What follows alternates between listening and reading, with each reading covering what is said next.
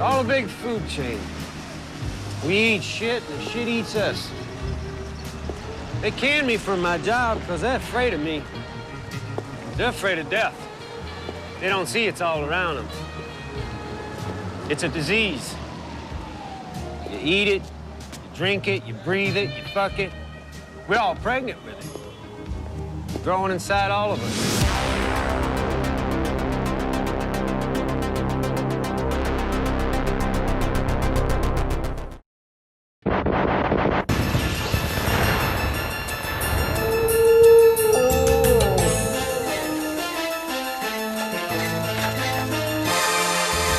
To close out the 90s era of this show, before I go back to basics, I have a movie that I hold very close to me because it's something I grew up with. Not only the film, but where it came from, its show, and the old comic that the show introduced me to. Yeah, I'm talking about Tales from the Crypt here. Not the 70s movie, not Creepshow, I'm talking about Demon Knight, the 1995 film from Surviving the Game director Ernest Dickinson. Right off the bat, I love this movie. It was one of the first movies I ever watched on pay-per-view. Yeah, back when that was a big deal. Kind of the first version of streaming, if you think about it. Stars two of my favorite actors of all time, William Sadler and Billy Zane, who play characters a bit off their usual type. Billy Zane is the villain, and Sadler is the hero, which, if you're familiar with the original HBO Tales from the Crypt show, that's a pretty interesting touch. I'll get into that later. The basic premise is there are 7 keys in the world that contain the blood of Christ, which help to prevent the dark forces of the underworld from taking over the world. Breaker, played by William Sadler, holds the 7th and final key. He is the last Demon Knight, and he is constantly pursued by the demonic Collector, played by Billy Zane. The key leads Breaker to an old hotel at the end of some near-forgotten old town on the edge of nowhere, which creates a supernatural demoni version of Assault on Precinct 13, as Breaker does his best to prevent the Collector and his gooey Hellion goons from getting in. Fuck this cowboy shit! You fucking ho-dunk, po-dunk, well then there, motherfuckers! So, who does Pete spotlight as far as performances go this time around? Well, I gotta say, Carol Christine Hilaria Pounder is awesome as the owner of the hotel. She has been in everything from Avatar to RoboCop fucking 3. Thomas Hayden Church plays Roach. He did TV stuff and was Sandman in Spider-Man 3, and did a good job playing the scumbag in Demon Knight. Jada Pinkett Smith does a good job. She's also in one of the best Collector vignettes.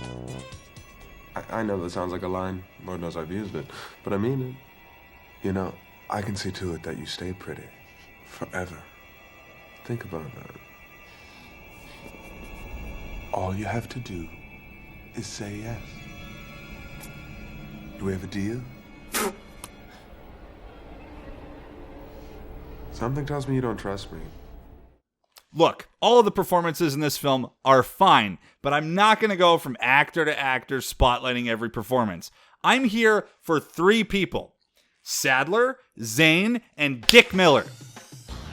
Dick Miller plays Uncle Willie, the lovable alcoholic of the picture.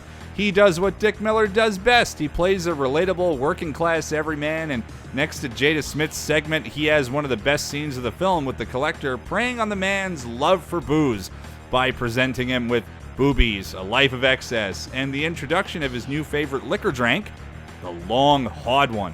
Suck this one down, Uncle Willie. Long hard one. Nothing gets you fucked up faster. Am I right, guys? Am I right? And this is really one of the best elements of the film. The more the Collector gets past Breaker's barriers, the more he begins to emotionally manipulate the inhabitants of the old hotel, and we get these fucking great unique segments for each character.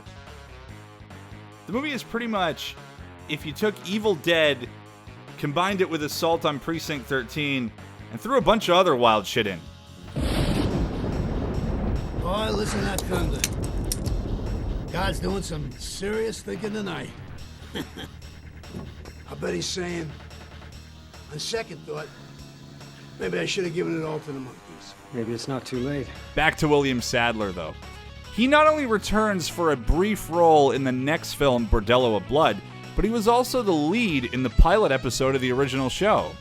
He's also fucking awesome as Breaker, a character that was given the key in, like, World War II, passed down to him from a soldier, from another soldier, from another soldier, until all the way back to the very first Demon Knight and the very first key back in the Jesus times. It's pretty wild. So the key basically makes you immune to aging, but you can get killed in combat. Gotcha. Dickinson does a wonderful job of capturing a very EC Comics vibe, very much capturing colors and shadows of the old comics, much like the HBO show did, thanks to the likes of Walter Hill and other talented fuckers involved. It was a total community effort and even had an episode directed by Arnie. Keep thumping.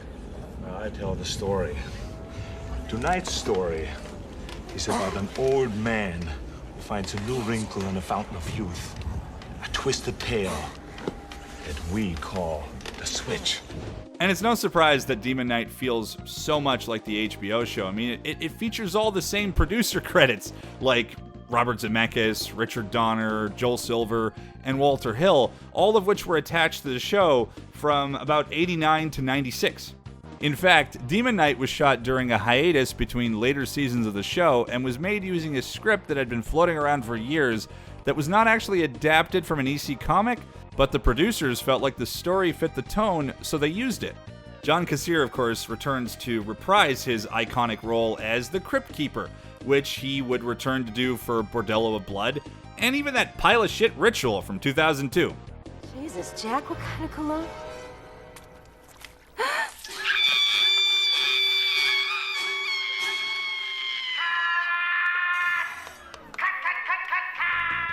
The movie opens on a fantastic fourth wall breaking segment of the Crypt Keeper directing a very lifted from the EC Comics looking episode of the show. The whole set for the movie was constructed from scratch using an old airport hangar, which allowed them to shoot during the day and pull off the visual aesthetic of the story taking place over the course of a night. The character of the Collector is apparently Billy Zane's favorite role, and I imagine Breaker is pretty near and dear to old William Sadler because he's using a photo of the character as his Twitoris avatar. Billy Zane really is wonderful in this, and you can tell that he's having an absolute blast with the character. He was also apparently given some creative input for the character too, such as this scene. The blood seal.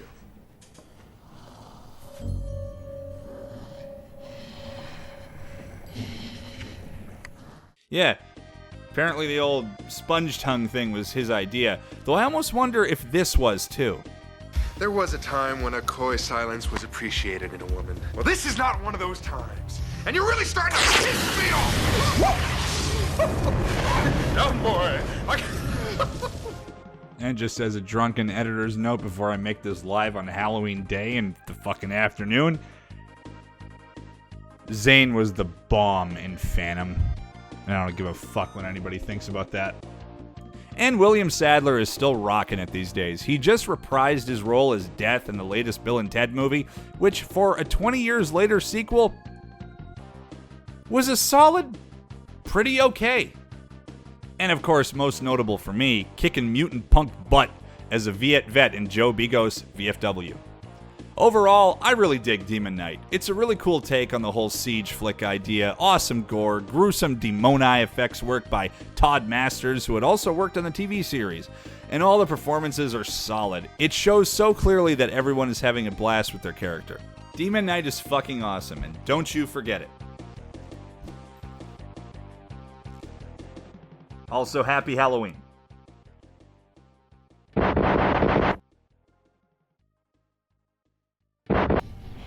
Well, you know this hell on earth business?